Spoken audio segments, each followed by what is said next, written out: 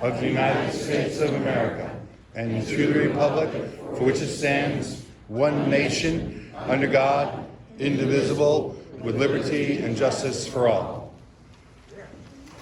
All right. Ms. Sabatru, would you like to come up? She's one of the candidates I've forgotten to go down as.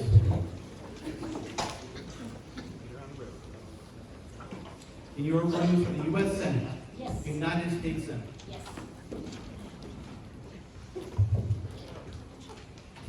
Good evening. Good evening. My name is Licha Hatu. I am running for U.S. Senate because I believe I am conservative Republican. I believe I can help our citizens by deciding our constitutional amendment and all which is applied for our party. My name is Licha Hatu. I am proud of mother three. Since my husband passed away by pancreatic cancer disease, we buried him early. All three children, they are accomplished by my hard work, support in North Carolina State Universities. I'm proud to be a mother who can handle all obstacle problems, and now I am so happy to run also to help other families. My children, they are very good example because our children, they need help, professional, family, professional state, professional community, and a professional highly advanced educational system. Based on that, I believe our school should be for the parents, for our children, and for more creativity, for future best leadership. I believe as a conservative Republican also, I believe our family need to be safe, our country need to be safe, which we started our border. I want to be a first lady to raise hand to finish and to become safe America, because without safety, we can't handle all family peacefully. As a Republican, I'm ready to work with the family, with my colleagues, and I am also highly educated. I believe my 2 bachelor degree helped me to decide in a matured way with my detailed experiences. I was different time, different way. I contribute for our party. Like for example, I was 14 times as a priest official. I work as a judge, and priest official. That helped me, also how it is very important our Republican Party to have the honest ballot voting integrity we need to accomplish with real honesty our Republican work. Other thing, I believe as a Republican, I'm conservative Christian. I was conservative Christian all my time, and still I'm keeping as a conservative Christian, I'm pro-life. All children, born or unborn, they need to live life like you, like me. I believe that. For that also, I stand with my colleague Republican to accomplish our duty for our future and for our country. Based our Republican agenda program, I believe I can work with all of you and with my colleagues. I don't want to take detail. You can check my website. My website is Lichia for Senate at lichiaforsenate.com. My email is lichiaforsenate@att.net. Thank you. I pass my cards, my program, and the details you can check from my website. Have a blessed night. God bless America. Thank you.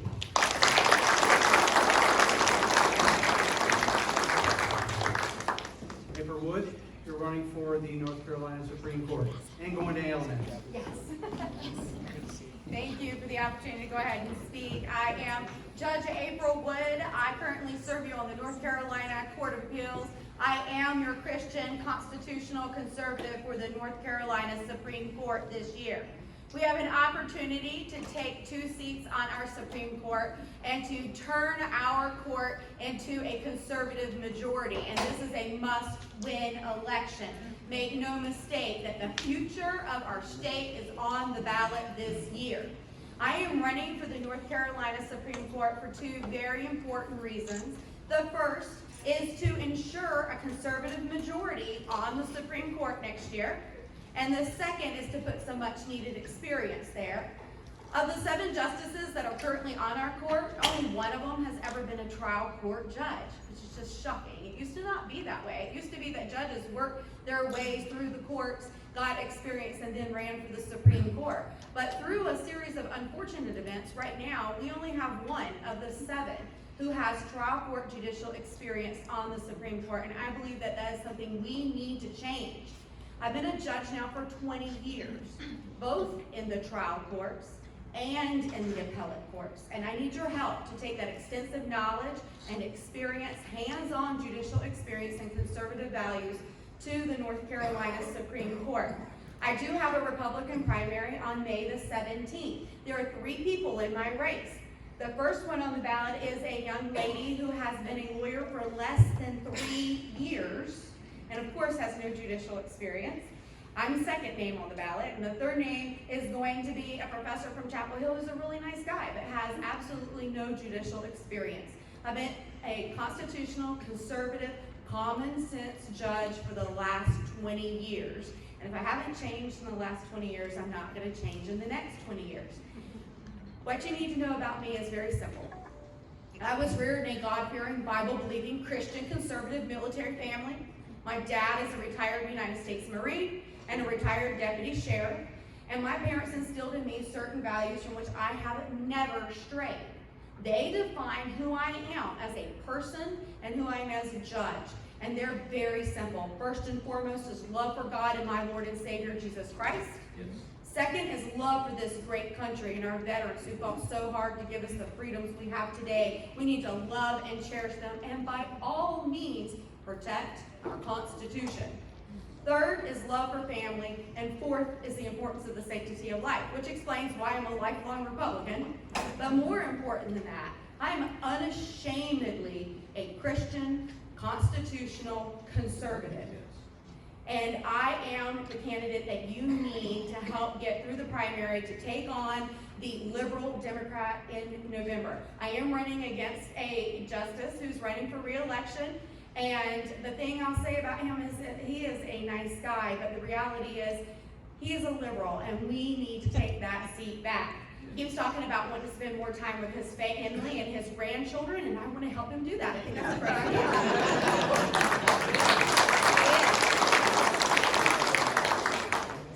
The other thing I would point out about my Democrat opponent is that he's never been a trial court judge. And even though he is close to retirement, I've been a judge longer than him. So I've got appellate court experience and trial court experience, and I can put my experience up against his any day of the week, and that's important because in this election, we're going to have to get every Republican vote and every unaffiliated vote that sees things our way in order to win this Supreme Court election this year. It is a must-win election, and I can do that with your help and God's grace. The Lord's been very, very gracious to me. I've had the opportunity to win 6 prior elections, 5 local elections, and a statewide election. This is my 7th election, and since 7 is God's number of perfection, I'm going to go ahead and claim the victory.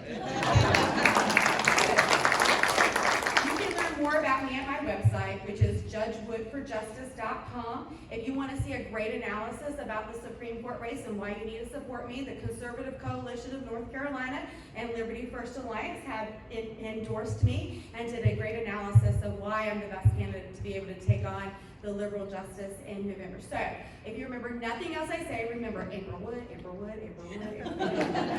And make the court good and vote for Judge Wood. Thank you.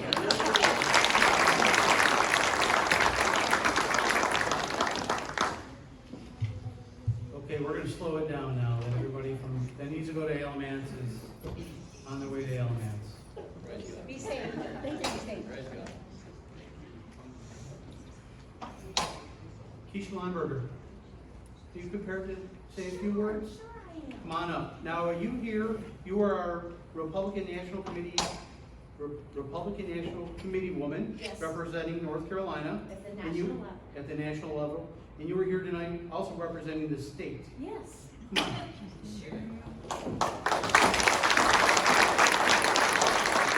Hi, everybody. Thank you for having me tonight. I really appreciate it. I do live in the very blue city of Charlotte, so it was a little bit of a hike to come up here, but my goodness, I love coming to the red counties around the state, so thank all of you very, very much. The one thing I hear going across the state, one of the biggest items I hear is election integrity, and election integrity. I want you to know that the RNC is putting money where its mouth is. We are fixing the problem. A couple of the key items I would like for all of you to know is a lawsuit was filed in the state of New York on day one because they wanted over 800,000 illegals to vote. The RNC deemed that unconstitutional, filed suit the first day. If that were to happen in New York, it would happen in every other state across the country. You could kiss our elections goodbye forever. That is not going to happen. Also want you to know the RNC filed a lawsuit in Pennsylvania on day one for transparency and absentee ballots. I want you guys to know we understand Pennsylvania had serious issues in 2020. Big part of that was absentee ballots because they would dump them at night. There was no signature matching. They were mailing live ballots. This is how we lost 2020. It will not happen again. The RNC is financing the lawsuits to make sure that that doesn't happen. Also would like for you to know that North Carolina was the first state in the nation where the RNC hired a full-time election integrity director. This is also going to happen in 30 other states across the nation. The RNC is paying for that. But North Carolina was the very first state. And I think a good bit of that was because of Michael Watley and his relationship with the RNC. Want you guys to know, last week I was at a meeting and a lady there goes, I'm not happy with Ronna McDaniel because I heard she did not support the state of Virginia. I'm like, that's absolutely not true. I texted the RNC right away and I said, wait a minute, tell me what you did in the state of Virginia. And they said, we did over $2 million in the state of Virginia, but I want you guys to know they did over $36 million in the state of North Carolina. Wow. That's big money. That funds our election ground game system. I am telling you guys, no matter what you see on the news, no matter what you hear, this state, in my opinion, cannot stay red without the full power of the RNC and the money of the RNC and the ground game of the RNC here with it. So I very much appreciate that. It was over $1.3 billion Republican cycle in 2020. That's only going to continue to grow. Ronna McDaniel is the best fundraiser that the RNC has ever had. I'm also going to tell you guys a little secret. I know her very, very well. She is the reason that Trump is still involved in the Republican Party and did not form a third party. It's Ronna McDaniel. I'm going to tell you another secret because everyone asks me, is Trump running again? I don't know. I can't really answer that question. I've heard things. But I've also heard that Ronna McDaniel's been tapped for another cycle potentially. What does that tell me? Trump only works with Ronna McDaniel. I'll let you guys figure that out. Also, Ronna McDaniel, a pet project of hers, it's very important, and I totally agree with her, it's a legacy project, is community centers across the United States. These are long-term investments in certain key states. There will be over 50 community centers open across the United States before the 2022 cycle. We opened the very first Native American Center right here in North Carolina in Robeson County. That's for the Lumbee tribe. I was just there 2 weeks ago, and while I was there, they got a phone call from the Navajo Nation in like Wyoming or somewhere, because they say, we want one of those RNC community centers. It's about serving the community. The Native American tribes are conservative voters. We just need to love on them, give them information, plug them in with their elected officials. Those are guaranteed votes right there.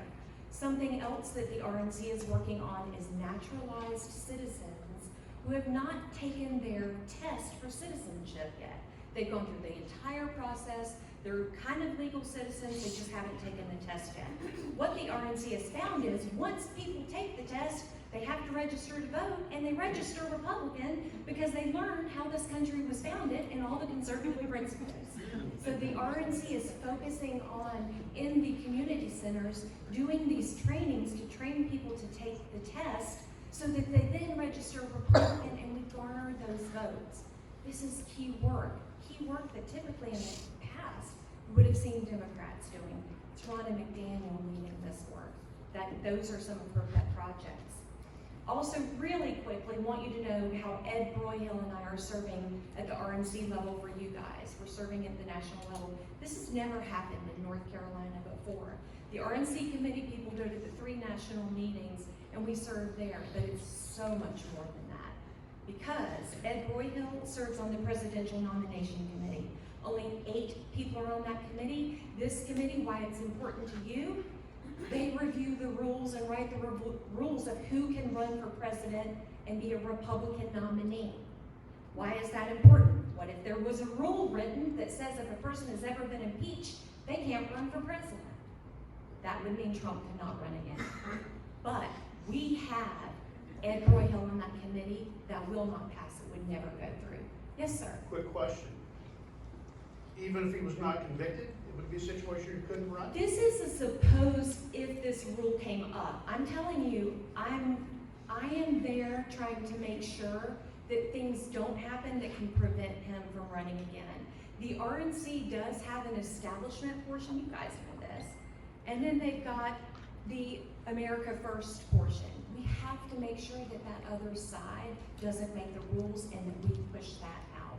What I want you to know is Ed Broyhill, sitting on that committee of 8, will make sure that that doesn't happen. And North Carolina has a person with a seat at the table. That's very important. I serve on the RNC steering committee along with Michael Watley. That's 20 people that meet with Chairwoman Ronna McDaniel before every national meeting. We have open door with her, no press. So if you guys want to get in touch with Ronna McDaniel, you can hand me a letter and I will hand it straight to her. That's good for North Carolina. I also serve on the Rules Committee and Leadership Team of Rules. The reason that's important, if you guys remember 2016, our convention almost got hijacked by the Ted Cruz delegates because they wanted to take the convention for Ted Cruz and not for Donald Trump. And it was the people in the back room who cleaned up that convention to make sure it was clean and that things like that didn't happen. So by serving on the leadership team of rules for 2024, North Carolina has someone in the back room making sure things like that don't happen. I also serve on the Faith and Advisory Steering Committee, which is appointed by Ronna up in DC. What's important about this committee is the Dobbs case. The Mississippi Heartbeat Bill is coming down through the United States Supreme Court by June. This is going to be such good work because we have a conservative Supreme Court. This is how immediately, when this opinion comes down, 26 states immediately are going to file the same bills in their state legislatures. This is saving babies. It's saving babies, it's saving mothers. This is good work for all of us. This is what we work for. It's who we are. This is huge. So we do have someone on Faith and Advisory Steering Committee in Washington, D.C. Want you to know that. I also want you to know at the last RNC meeting, the biggest piece of business we did was the censure of Liz Cheney and Adam Kinzinger. But I do want you to know, before I passed that vote, I reached out to 8 leaders across the state. I said, I need to know your opinion on this. It's not my vote, it's my vote for all of you. The best letter that I received was Congressman Dan Bishop. If you guys don't follow him, please follow him. He is a serious, very true conservative, and he outlined a complete legal response with excellent points, and I was very comfortable in that vote, very comfortable in that vote. We'll do it again in a second. So I just want you guys to know, as we move forward, 22 to 24 is key, critical. We all know it's about North Carolina. The red counties, your votes counterbalance every single blue vote. 1 out of 5 votes come out of Meck and Wake. So every vote that you cast counters a blue vote in Meck, and we'll elect our Supreme Court justices, which we've got to have. No vote is a thrown away vote. Your vote is so critical. I don't care if your county's red and you don't have any Democrats running, you got to show up anyway, because we need every single vote. So before I wrap up real quick, our 2024 National Convention is up in 2 weeks. We're going to be voting for where it will be held. And I would like to know what you guys think about this. We could go to Milwaukee for the National Convention. We could go to Pittsburgh for the National Convention. I like Pittsburgh. We could go to Salt Lake City, but remember Mitt Romney is the senator. Or we could go to Nashville. I'll vote for Nashville. Thank you guys very much. Reach out anytime. Thank you.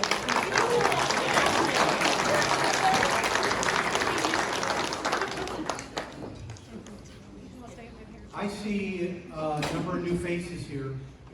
Raise your hands real quick. Is this your first convention or first GOP meeting? Look at that.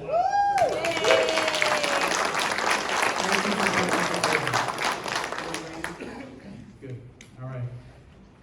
Marilyn Avalo, come on up. Marilyn was one of our Senate candidates, and because of the new drawing of the maps, is no longer one of our Senate candidates, but she has a message for us. Thank you, Mr. Chairman. Well, your chairman was very nice when I called and asked him if I could have a couple of minutes tonight to thank all of you. I showed up on your doorstep several months ago asking for your vote for Senate 13. That was not to be. However, I will be running for office in Wake County in my old House District 40 seat. So I'm on the campaign trail. And I wanted to say how wonderful it felt coming in almost as a stranger here and having people welcome me and answer my questions and kind of guide me as I was trying to learn about Granville County and what was important to you and how I could be able to help you as a legislator. And I want you to know that as a Granville County resident, you cannot vote for me as your representative. But as a North Carolinian, you will be my constituents.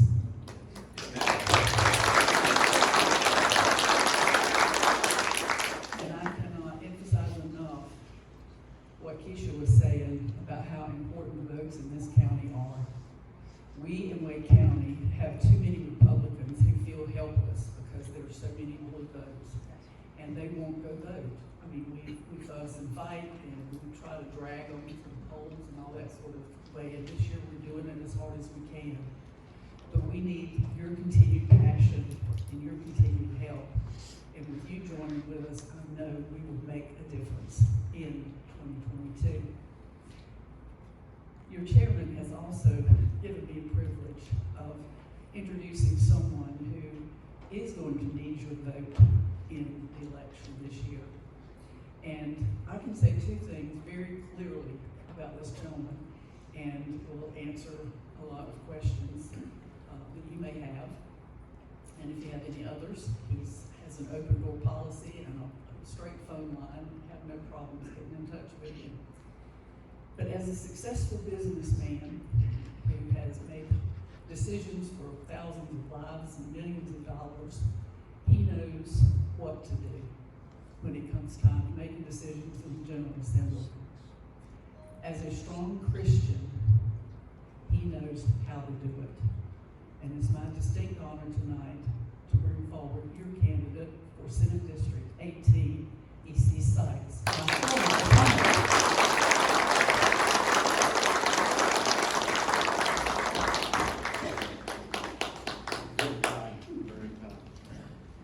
And isn't that how politics should work? Right? So many times we as Republicans, it seems like we eat our own. right? Rather than working together. It's a privilege to run. Hey, it's no problem drawing distinctions. You need to know the choices you're making. It doesn't mean that you can stray. Matter of fact, I was having this conversation with someone the other day.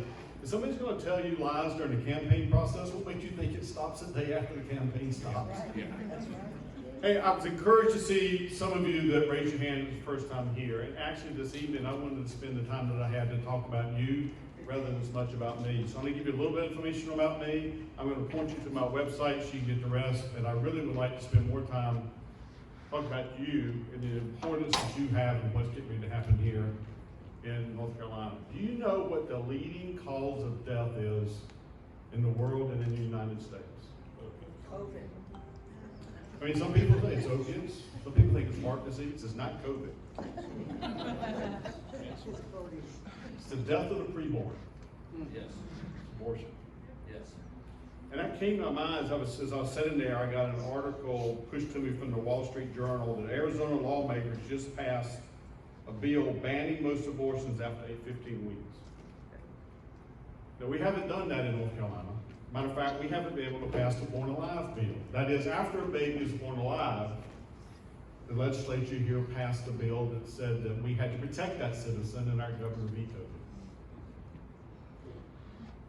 And I'll contend, as long as he's governor, you will not get the protection of life here in North Carolina. Not only that, but there's been other common sense things that need to happen here that he's prevented. Matter of fact, he's vetoed more bills than every other governor in North Carolina combined. That's got to stop. This is how you stop it. Yes. We need 3 more House members and 2 more Senate members to form a supermajority. We're 2 Senate members away. And the Senate caucus did a calculation as to what do we need to do to get number 30. And they called me last week and said, District 18, the district that you live in, is number 30. If you want Cooper not to have veto power in November, that resides with you. If you want to be in a position that you have power greater than your own district, but can have power for the entire North Carolina, now is your time. If you wanted to make a contribution that was outsized to where you are, if you think your voice has not been heard in the past, now you are given that time. Now is the opportunity to say, how big do you want to be in the process of electing your officials? That's where you are. That's how important you are. That's how important this race is for this time, at this moment. If you want to protect the life of the unborn, now is the time you get a chance to make that choice. Yes. Right? It's up to you. Yes.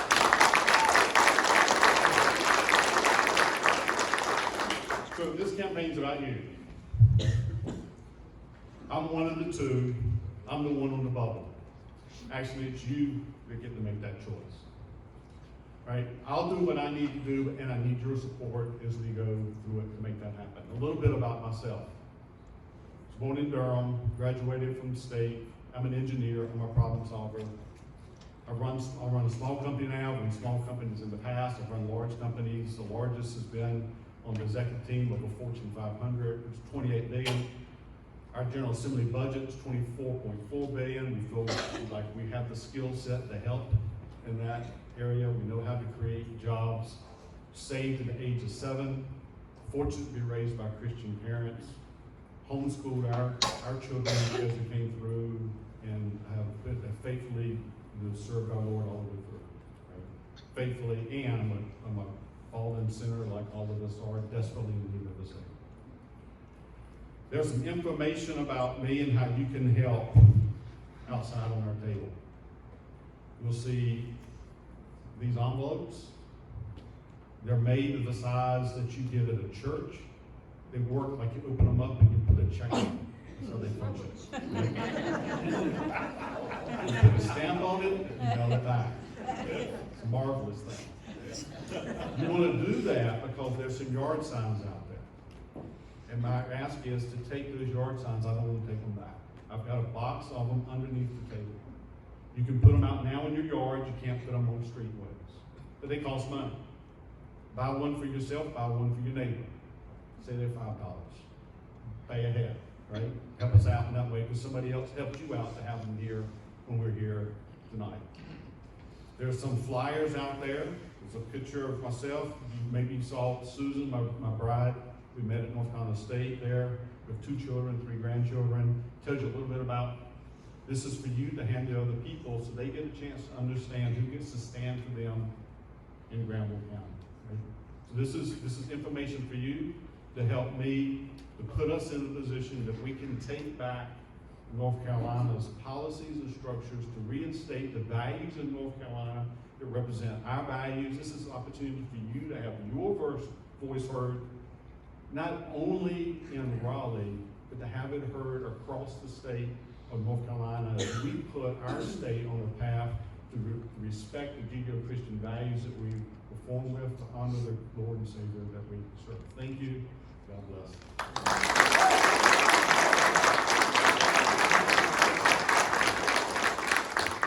All right, we're going to take a short break from the candidates. We have a couple more candidates that I want to get to, but we have a very special guest tonight. Man, Sloan Breckenridge. Come on up. Come on up. Sloan is the president of the Education First Alliance, which is the largest conservative education group in North Carolina. A Harvard grad, a mom, right?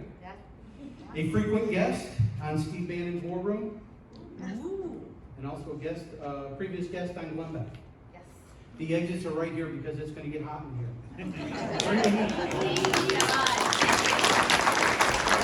very, very much for having me tonight. The one thing that you left out is that Patriot. Sorry. That's all right. That's all right. That's a known, actually. But I started off as a journalist several years ago with the Federalist, Daily Wire, Washington Times, Law Enforcement Today, and others, writing about counterterrorism and terrorist recruitment here on campuses. And I've been doing that for a while. I'll tell you what I did before that, but I said, you know what? I looked at some of the curriculum that we had for schools now, and I said, I recognize this. I know what this is. This is the same curriculum that the PLO ushered into Israel 33 years ago under the PFLP, which is a Marxist group. And I know this, and I know what's going on. So that kind of kicked off the interest in education for me in particular, because I kind of saw what was coming down the line. So Education First Alliance is a group that started January 6, 2021. That's the day that will live in infamy for all the wrong reasons, thanks to progressives, right? It started off when we were going to see our legitimate president, Donald J. Trump, speak. That's right, that's right. He still is our president. He's just in exile at the moment. And so, we were a band of folks that said, wow, things are changing because stolen elections are most certainly going to have consequences. And we knew that, right? I mean, we had been seeing our civil rights being stripped away just right before our eyes. We're also, if you recall, seeing history erased right before our very eyes. The statues coming down. And the thing is that we, the founders, we didn't know what was coming next.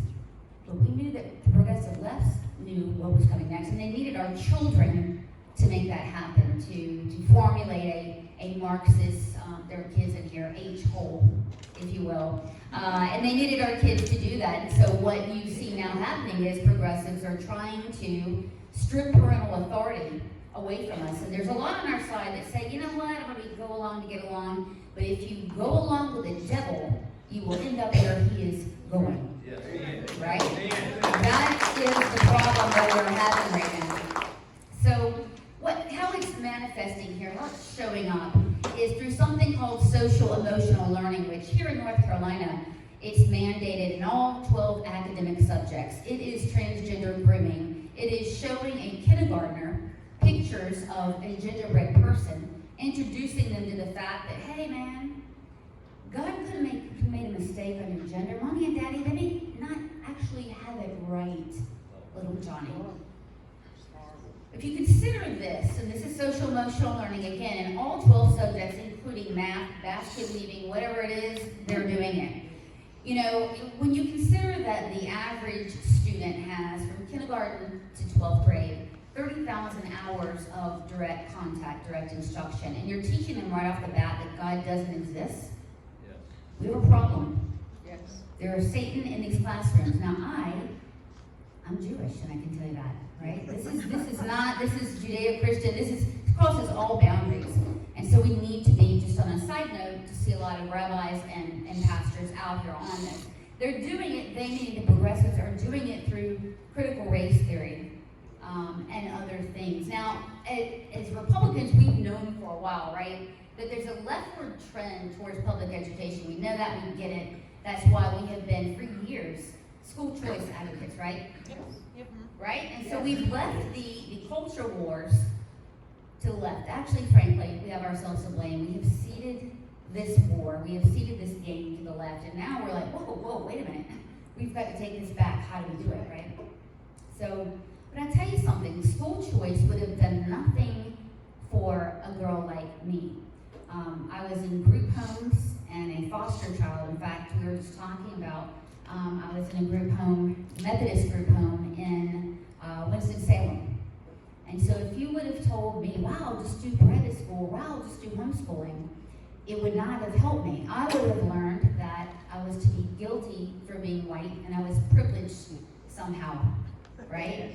Yes. Right? I would have been sexualized, taken advantage of, etc. I would have been a victim, just as 17,000 foster kids are today, and roughly 85,000 students right now, 850,000, correction, that are at or below the poverty line here in North Carolina that cannot afford the things that we as conservatives have been prescribing for years. This is human rights work. Right here, this is human rights work. This isn't school reform. It is really saving children from Satan. But you know, and I quit school as a junior. Yes, I did graduate from Harvard, but that was at 37 years old. So, but I started my own company at 16, right? And I could do something at that age because I was born and raised here and I had a pretty good school system. I could do something then that kids can't do now. I could read. Be a starter, right? It's a nice to have, right? I could do math. Can't do it anymore though, but I could do math, right? I knew capitalism was my way out. Without a college degree, I was making 6 figures, and now when I went back to Harvard and graduated, never made 6 figures again, by the way. So don't believe the hype. And I loved my country, right? Anything was possible. So I had things that other people don't have, because there are no angels. Sometimes there are only angles, right? You've got to figure that out in life. You've got to say, hey, I've got to make a way before the angels come in and help. So, and that's really important, is to know that what we're doing here is human rights work. So right now, as I mentioned, we started off with 4 founders. 2 founders are black, and I'm Jewish. And I'm called an anti-Semite, and they're called white supremacists all day, every day. Go figure that, right? So we have 30,000 activists here on the ground in North Carolina. Over connected groups. We have 24 chapters across the country. So we're doing a really, really good job in terms of recruiting people to the movement. Defining what the movement is, I'm a conservative, so it's pretty simple at this juncture, right? We've got 36 days until early voting, and we're heading into the general. And so I'll talk to you a little bit about the things I think that we can do, action steps that need to be taken, and they have to be. Number 1, we have got to vet our candidates better. Okay? A lot of us are like, oh my God, you have a heartbeat? And you're a registered Republican? Oh, by gum, you're gonna win. And we suffer the consequences. For instance, some of the main pushers of critical race theory in Raleigh right now are Republicans. If you see me on Steve Bannon, you know that I talk a lot about this. That's just a material fact. I can't change it, right? So we've got to do a better job of vetting, okay? So we've got a lot of responsibilities. I'm going to talk about what those are. So we vetted the candidate, right? Then we get them elected. To get them elected, listen, we need to talk about shared destinies, not parties, shared destinies. We have a shared destiny mean, I'm a warrior, I love to fight. But there's a lot of times where we talk about shared destinies and we can win elections. We talked at Chad, I don't know where, we talked about going to the gas station, right? Registering people to vote on the spot. Shared values, shared pain, it needs to be about what is shared right now, and we'll win this running away, right? So we need to get people elected.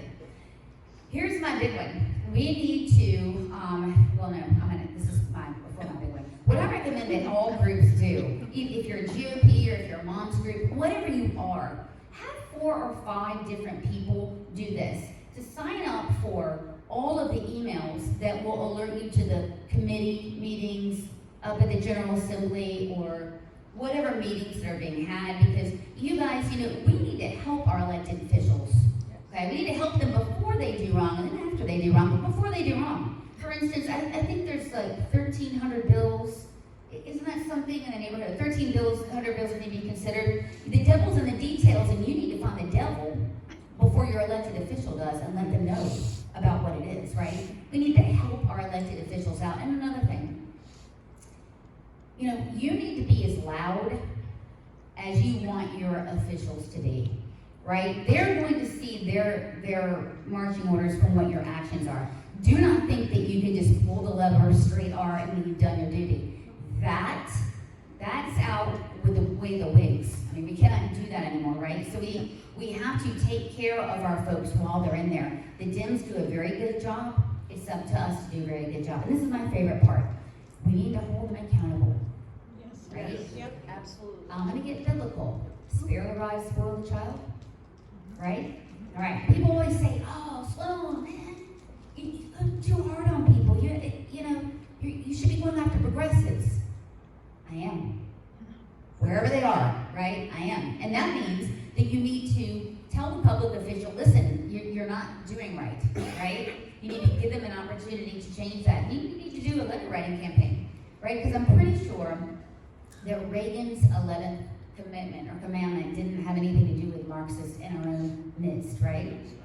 Okay? We know of a lot of counties that, Keisha, they're red, like you said, and it's great to be in red country. I was in Moore County last week. Moore County, unless you're a Republican, I mean, you're not even on the ballot. Let's face it, right? But you do have a lot of folks that would run as a Democrat because they would be more true to their values, but they weren't vetted, right? And so now there's a problem, and people are just waking up to this. Let's stop problems before they start, right? We have a unique thing with us. There's something special. There ought to be a cost for entry, if you know what I mean, right? There needs to be a meeting of the minds. And to that, it's very simple, I think, for vetting. And it's very simple once you've gotten people elected. It's this. If what you're about to do does not extend liberty for the citizens, it's not done. It's not done. It's a very simple litmus test. And remember this, protection, that is not liberty. Because if the government can do something for you, it can do something to you. Okay? So you need to remember that. And I think that when we keep it very simple, we can do 2 things. I mean, we can groom the next set of candidates, we can hold them accountable, and we can have that purity test that, by the way, that's the shared values I'm talking about, right? And so we need more people in this special club who believe like Barry Goldwater did, and that was from him and John Locke, right? Exactly, I'm a Goldwater girl, hey. Yeah, so I'll leave you with this, and this is from de Tocqueville, and it is, people can see evil, they can feel evil, right? But they lack the courage and the energy to do something about it. So I challenge you to do this. Get your Red Bull, get your coffee, get your Adderall, Ritalin, whatever it is, because you got to have the energy for the fight, right? You got to do those 4 things, vet, hold accountable, etc. Whatever you need for the energy, get it. And I was in Dare County last week, and Bobby Koenig said Miller Lite gave him the energy. I don't know. That would put me to sleep, but to each their own, right? Herbal tea, whatever it is, but there's only one choice. We have an immovable object in front of us. The progressives have staked their claim on our children. on our children. They're not going anywhere, right? So we only have one way, and that's through, and they're total defeat. They're total defeat, and we need everyone pulling in the same direction for that.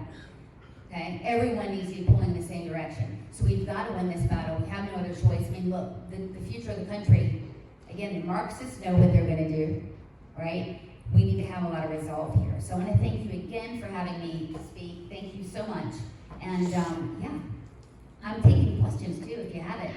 Anything you want to ask, you can ask. If you don't, and don't be afraid. If you don't know what social emotional learning is, or what a problem is, you need to know. Right? You need to know. So we do have flyers here, Education First Alliance. We're doing this via journalism. So we write every week on this. Yes, sir. I don't have a question. I just want to make a statement to everybody here. This CRT may not be called that in our school system, but it is being taught. And you need to think about that as you listen to your school board and what they say. I went before the school board and talked about it, and they laughed and said, oh, we're not doing that. They are. And if you're educated, you'll know that they are teaching our children at a very young age exactly what she's talking about. Get involved in the school system and know what your children are being taught. I'm going to back you up, but I'm going to tell you why you're right. Exactly why you're right. Okay? Set up my mama. I thought you were going to say, sounds like my wife. I'm like, oh, I never do that to my husband, ever. Right? Okay, it should. So, this critical race theory is mandated from the top down. Okay? It's mandated by the top down, and I'm sorry, because of Republicans. Okay? So we've got social emotional learning, and a component of that is critical race theory.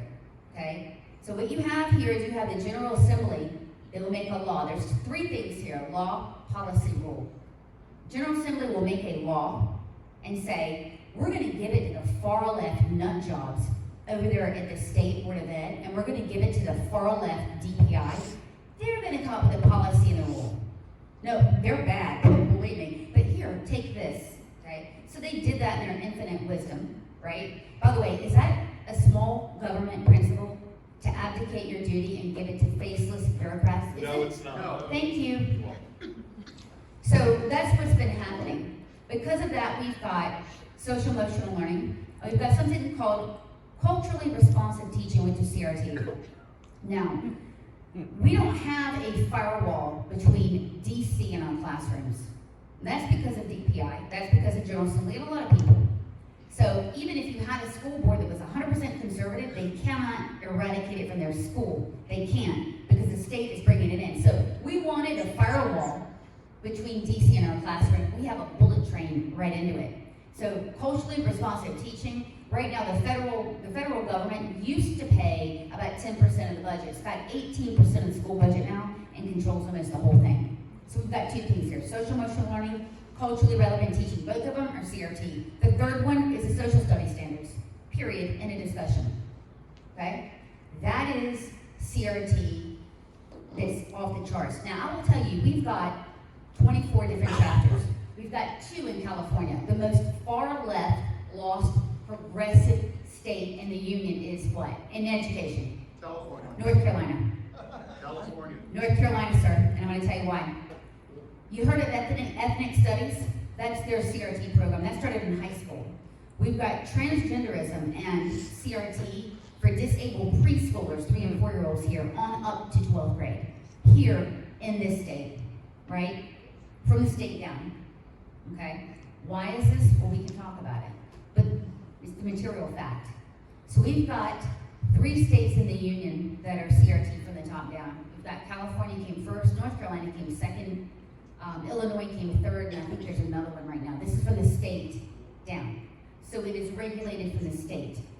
Our job is to make sure that we take care of everybody at the state level so that the locals can do their job, right? We want school boards to succeed. We don't want their hands tied. So that's really what we're doing. Look, ask any Democrat rank and file. who controls the education system, right? Where's the power? Where's the center of gravity? They'll always tell you over the State House. Again, you're new to this. Republicans are new to this. We couldn't tell you. Believe, trust and believe it's at the state level. We're taking care of that beast as we speak. So look, we've got flyers everywhere. I want you to do a couple of things.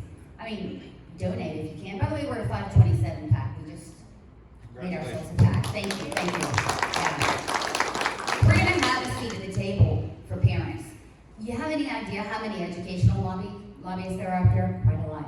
19 dedicated progressive groups for education, one of ours at the state level. One, right? So donate, watch us. I mean, we do Facebook Lives. I'm on Bannon quite frequently and other shows. That's another one. And then also, we've got newsletters every week. You will be an expert. You'll be an expert by the time you're done. So thank you. Thank you very much. And thank you. And don't stop giving them a hard time. Okay? We count on people like you. All right. Thank you very much.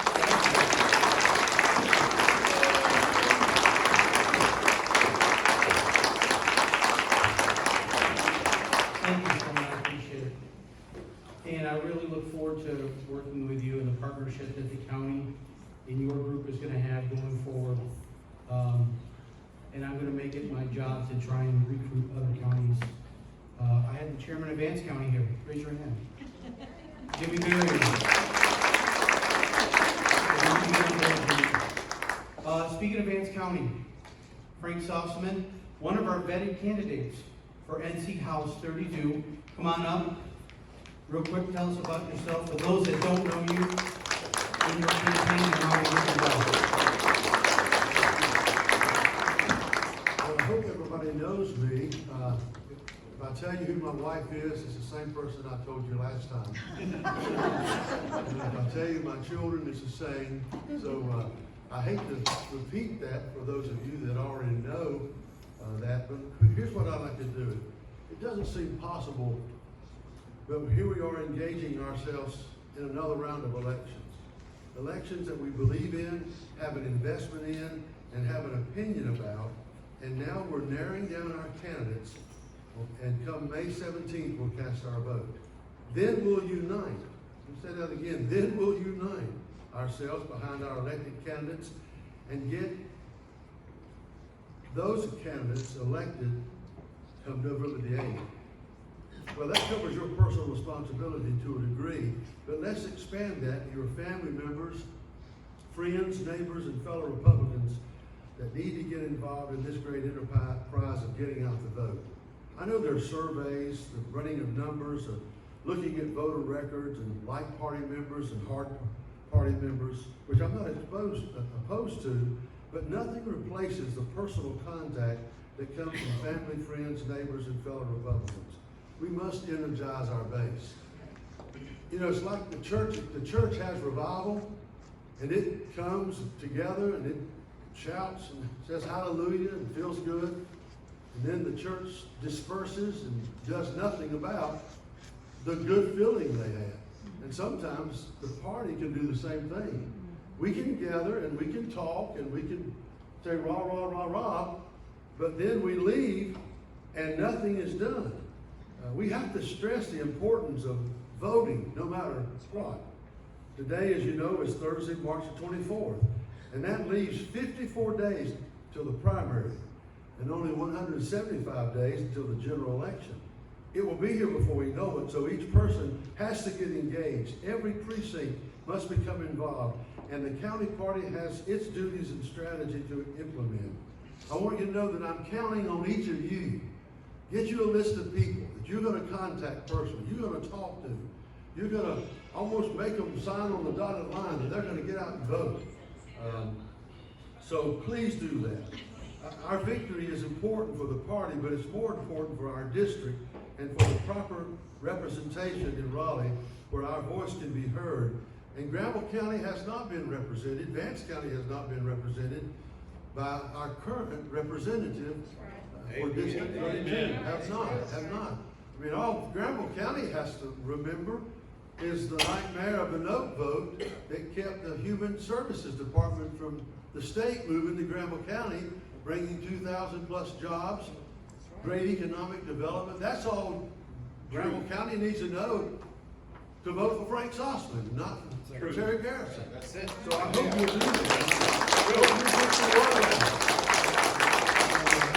You need me to remind you, I'll remind you over and over and over again. That's what preachers do, you know, they just preach it over and over and over and over.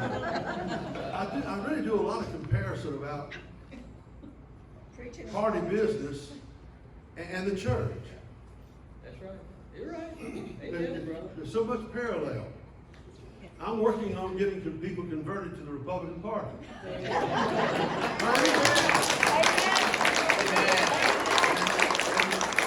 Moving to Granville County, but while I'm in Vance, I'm working to get our precincts organized, and we are. And one of our goals is to get people to move from Democrat to Republican, and we're having a lot of converts. Yes. A lot of converts. And I just say, hallelujah, now you're going to heaven. Before you were going to hell, but now you're on your way to heaven.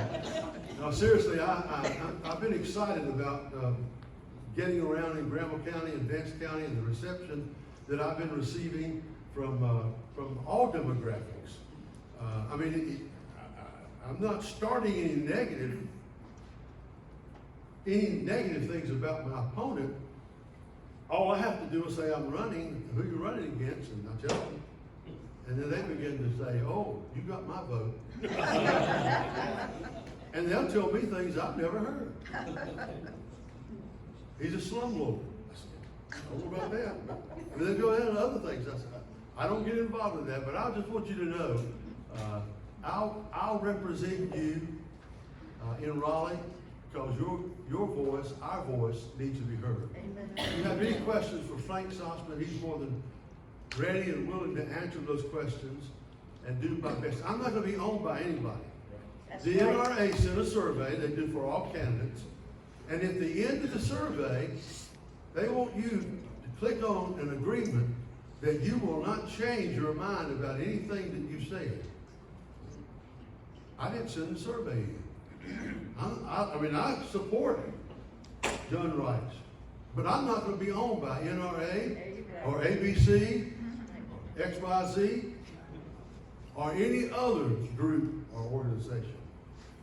Well, hallelujah. Hallelujah. God bless you. Thank you for your support. If you have a group that needs somebody crazy to talk to, I'll be glad to come.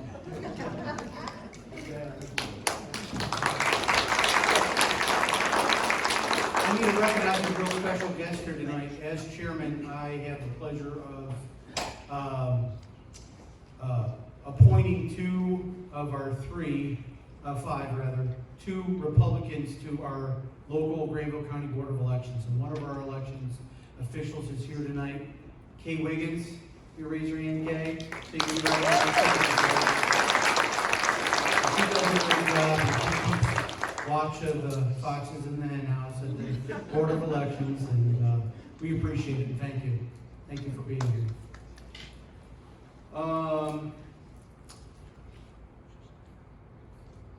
I'm gonna go ahead and read, pardon? Video? Yeah. Load it up.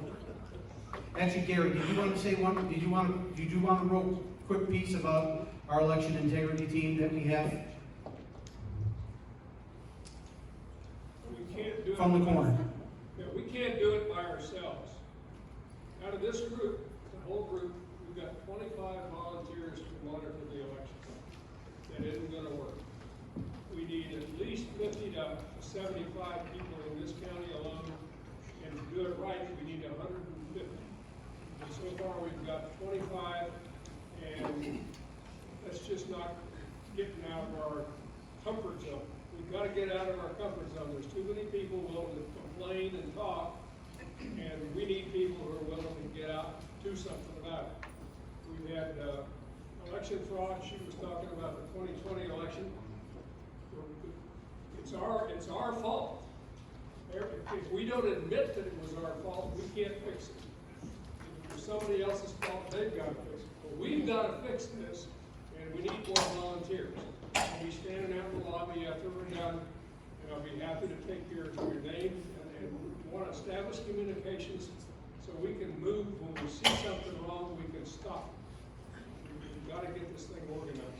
A very small group, everybody know what the Pareto rule is? No, what's that? 20% of the people do the work and 80% of the people just watch. I mean, that's about what we're getting. Well, the reason we're where we are is because we sat on our butts and didn't do anything about it. So let's get off of them and let's participate in this. If you can't give up 4 hours during the election to watch a 4-hour shift at the polls, then I guess we don't really want it. Thank you, dear.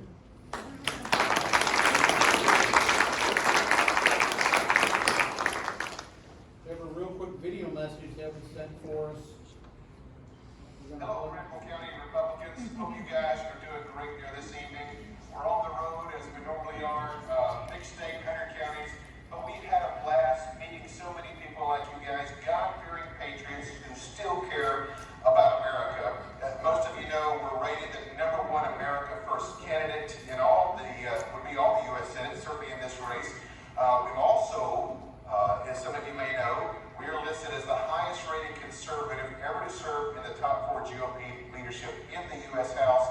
Last number to get a balanced budget on the floor. On that we can really share about things that we were able to do and stand up and fight there for the U.S. Congress. We've got some great endorsements, as you may know. One of the things that I'm very proud of is every sheriff that I have ever represented in the U.S. Congress, every Republican sheriff, active or retired, has now officially stepped up and said, we're endorsing Mark Walker for the United States Senate. Got some other great people, Mike Huckabee, Clarence Henderson, Senator Tim Scott, Madison Cawthorn, you may have heard of, has also jumped out and endorsed us.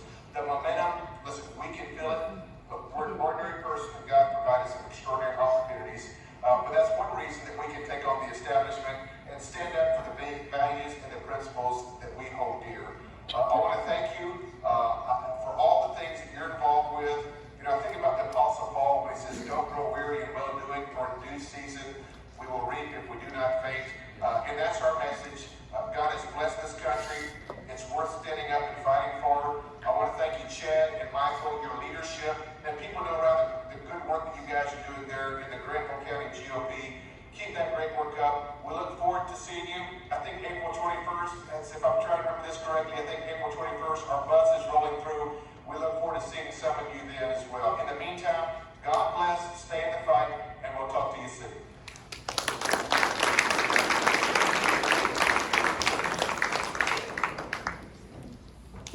All right, so this is what we're going to do. I think it's important for me to let you know where we've been and where we're going. And who watched the State of the Union address? Oh, well, that's what they called it anyways last month. State of the Mumble address.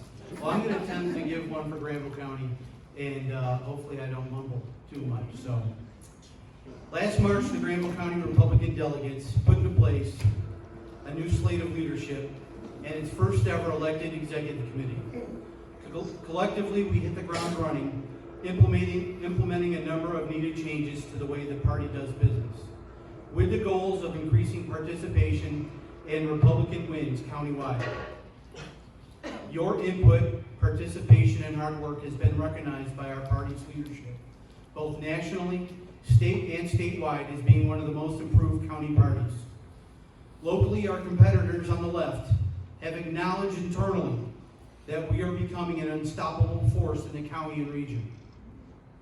Thank you for all your hard work, your giving, and your dedication to your party as we continue to promote conservatism and work to dismantle the radical leftist Democrat control of Granville County.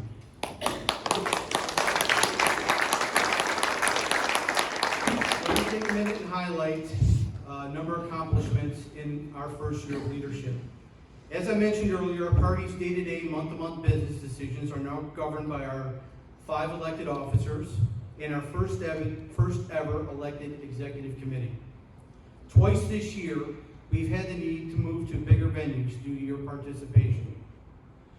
We established our party's first party officer and party-owned emails to streamline communications and assist at the time of transition of leadership.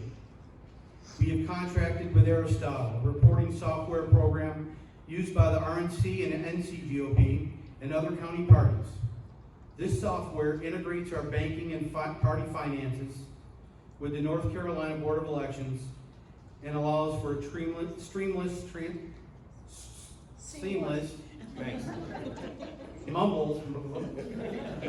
seamless generation of our mandated financial reports. We have partnered with the NCGOP and its Nation Builder website. This new partnership allows for us to have a one-stop shop for all of our email and text communications, along with our first ever online fundraising and merchandise store. Thank you, Mike. You've done a wonderful job putting up the website. It's really cool.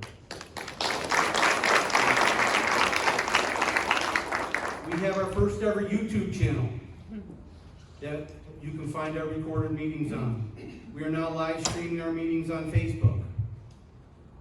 We have partnered with Nextdoor Radio to broadcast our live monthly meetings. And to this date, our recorded meetings have been viewed nearly 3,000 times on both our YouTube channel and Nextdoor Radio. I've recorded first of many radio ads on Nextdoor Radio. We've established our pre-meeting voter registration initiative, which alone in its 10 months of implementation, we have now had 64 party switches just at our meetings. We created Granville County's first election integrity team, coordinated by Gary Kennedy, as we just heard. The party addressed the school board during public comment, opposing the mask mandates and advocating for parental choice. I believe that's the first time the party's ever done that. The party also addressed the City of Creedmoor commissioners during public comment and stood on the side of the lone Republican on the City of Creedmoor commissioners, Georgiana Kaczynski, when they unjustly and wrongly, procedurally overacted and censured her and took her key to the building. I'm happy to report that because of our new Republican majority in the City of Creedmoor, Robert Way and Emma Albright, raise your hand. Raise your hand. They say that cities and towns are not partisan, but they are partisan. The Democrats that have controlled the City of Creedmoor for years, they did this to Georgiana. And as of today, the headlines, they voted last night, the 3 Republicans, to give her access back and do her right.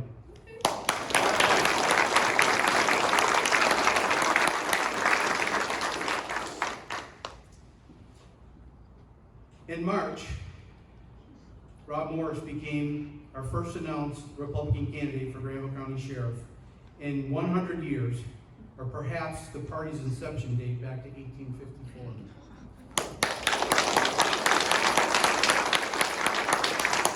In December, Clint Owens followed that up, became the Republican Party's first ever candidate to officially file for Granville County Sheriff. He was then followed by Vance Johnson, creating Granville County's first ever Republican primary for sheriff.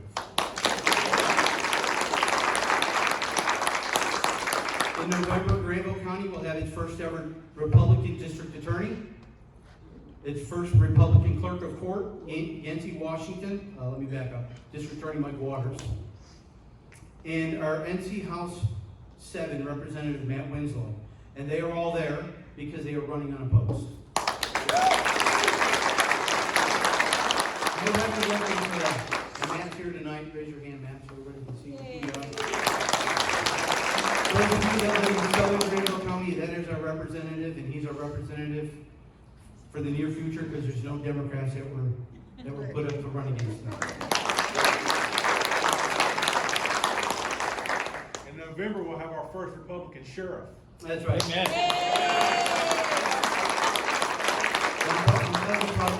Because despite it being our very first Republican primary for sheriff, I am convinced that as you said, Robert, the next sheriff is in this room, because we're all here.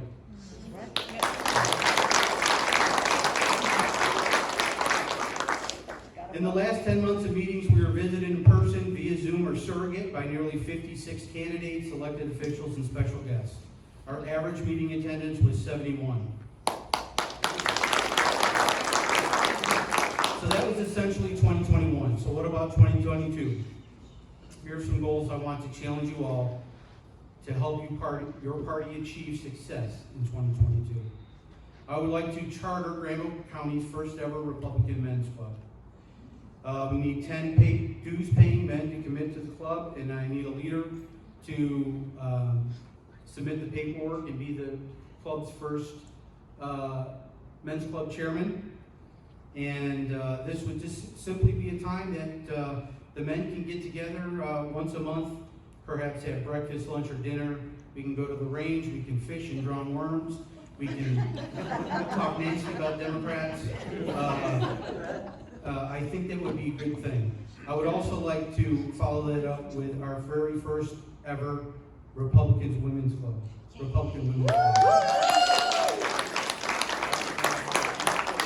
And just like the men, you can meet in fellowship once a month or a quarter, and do women's stuff. And I don't know what we talk about. Probably the men's club. You can go to the range. You can go to the range, yes.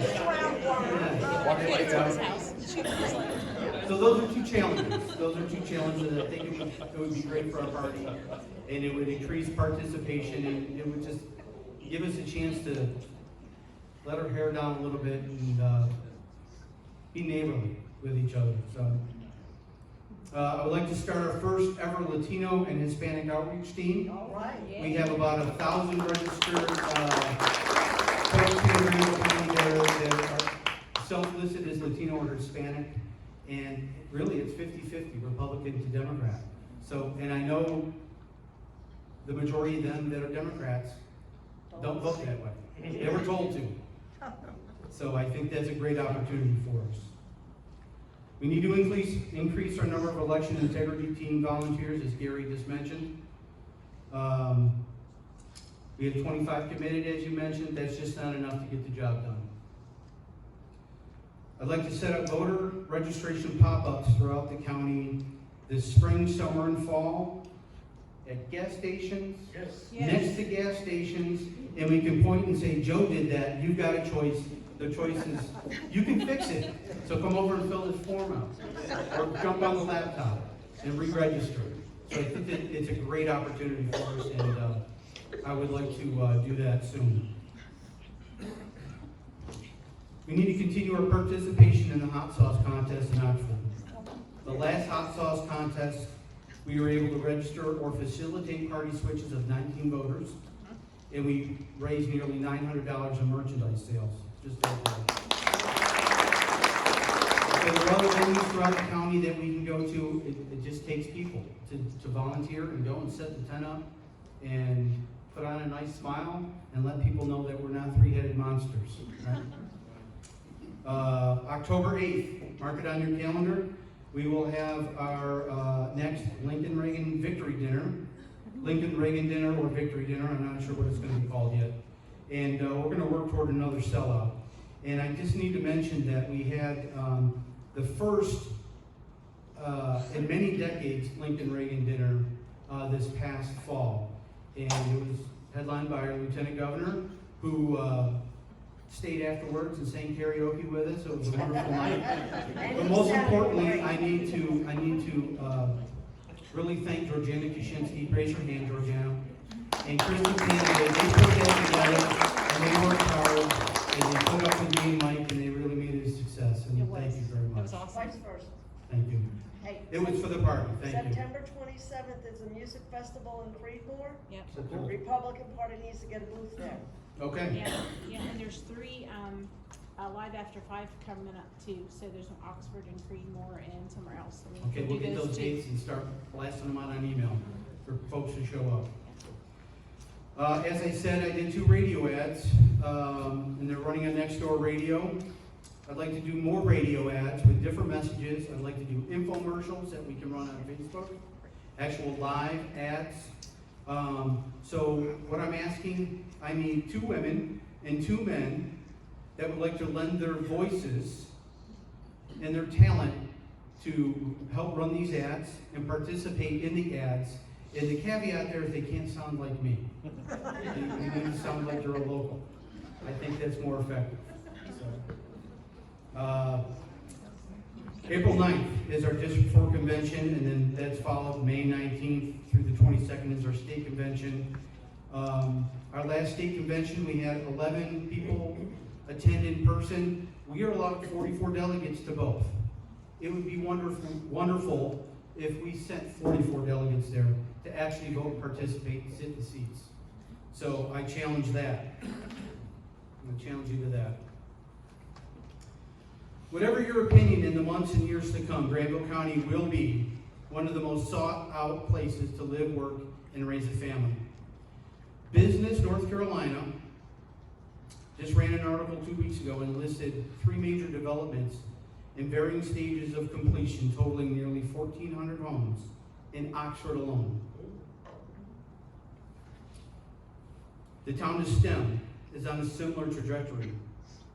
That they may see the town of Stem and its nearly 1,200 residents.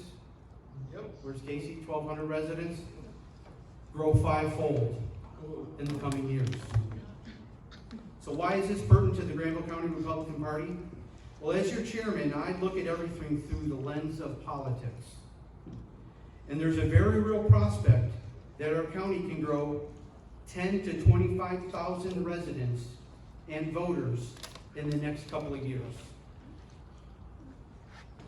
If I was assured that all of these new Granville County voters shared our conservative views and values, I'd be perfectly comfortable with the business as usual, knowing that electing Republicans would simply be easier. But that's not likely. So it's essential that our party is structured and runs proficiently and efficiently. Your executive committee made the first of many strategic moves by adding essential policies to our plan of organization that you will be ratifying here very soon. These additions strengthen the organizational structure of our party and will assist the party leadership now, the party leadership in the future, to help us be successful. My goal, our goal, should be to work as hard as time would allow to win every race and elect every Republican on our ballot. We have the opportunity, with Matt Winslow, House 7, being uncontested, the newly drawn North Carolina Senate 18, and the North Carolina House 32, to have, in the first time in Granville County's history, all of our representatives in the state General Assembly be Republican.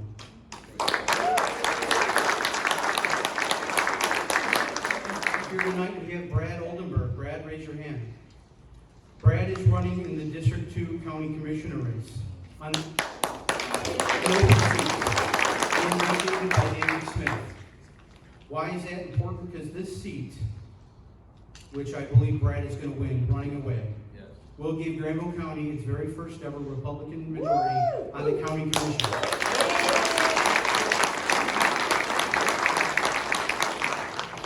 As we just heard from our guest speaker, Sloan, our upcoming school board races are paramount to protect parental rights and freedoms, and most importantly, it gives us one election away from achieving a Republican, pro-freedom, pro-parent, and anti-CRT majority on our school board. If we vet our candidates and we have good candidates on the school board.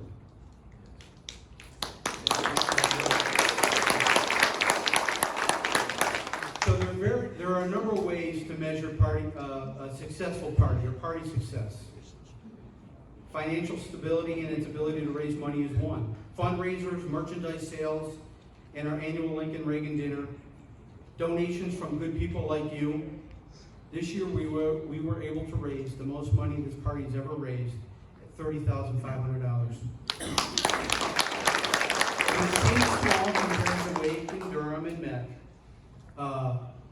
but considering the participation here, I think we can double that this year, and that's another goal. Many measure a party's success by the participation in a party meeting and functions. Others use registration statistics to measure their success. I look back at the last 5 months and we've averaged 18 new Republican registrations every month. The Democrats averaged 27 losses per month. And right now, we're only 86 Republican registrations from being at our high water mark for Granville County ever. So, I'll end with this.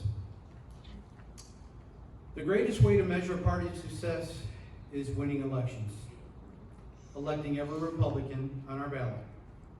It's my goal, and I hope it's your goal, as I said before, to elect every Republican on the ballot. You know why? Because we had the best candidates. Yes. We had the best message. Yes. And with the right mix of strategic spending and getting our conservative message out to as many homes as possible, we will have success in November.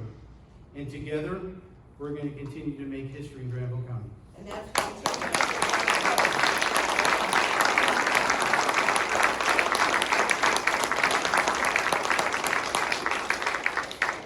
It is in my notes, and I'll defer. In addition to our district attorney, our clerk of courts, Matt Winslow, House 7, we also have our Granville County Commissioner of District 5. Six. Running unopposed.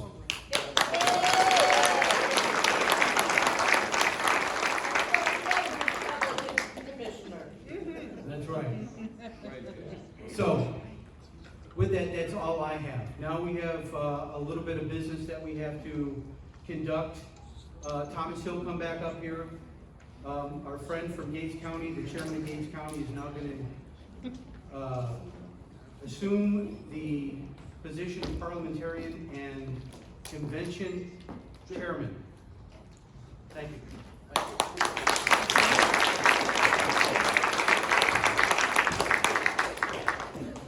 All right, just to let everybody know, because there's a lot of new faces in the room, I want to be very brief with this though.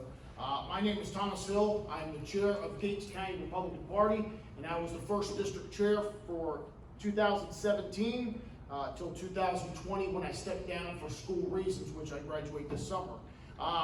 If you ran in 2017, 2018, 2019, or 2020, please stand. Keep them in mind.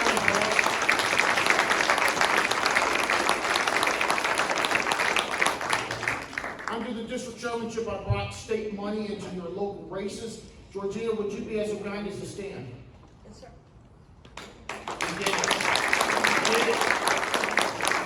it. So I want to give you all praise and just say thank you. And I also want to recognize another local. He was the mayor in 2017. Had a very good race, ran unopposed 2 years later, then after that, unopposed again. So, Mayor Casey Dover, would you be able to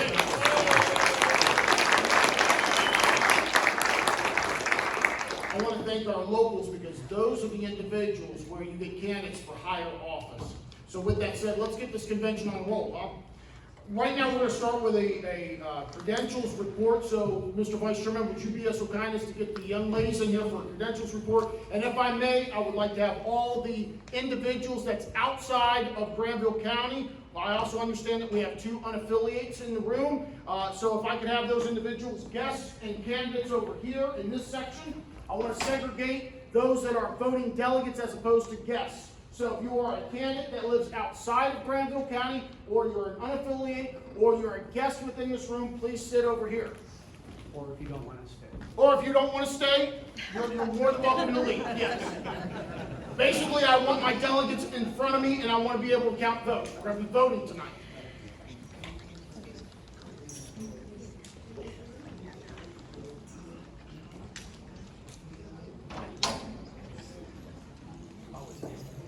Are you 2 gentlemen delegates? Can I have you all over this side of the railing, please? Because we're going to use that for overflow.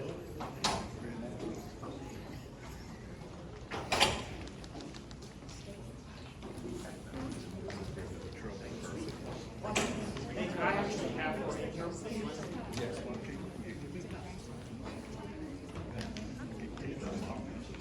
Okay, once again, if we have our guests, and we have 2 unaffiliates in the room, I would like for you to come over here to this section. Again, we have two unaffiliated individuals in here. You are more than welcome to stay. However, let's have them over here. We have a Gary Ward. Is Gary Ward in the room? Okay. Mr. Ward, if you'd be a Spencer, thank you so much. I appreciate you. And we have a Teresa Winston. No, Thomas Winston. I'm sorry? Thomas Winston. I am so sorry. Please forgive me. Thomas Winston from Oak Hill. I'm not sure if he's still here. He left. Okay, very good. All right, so now, would you be so kind as to come up?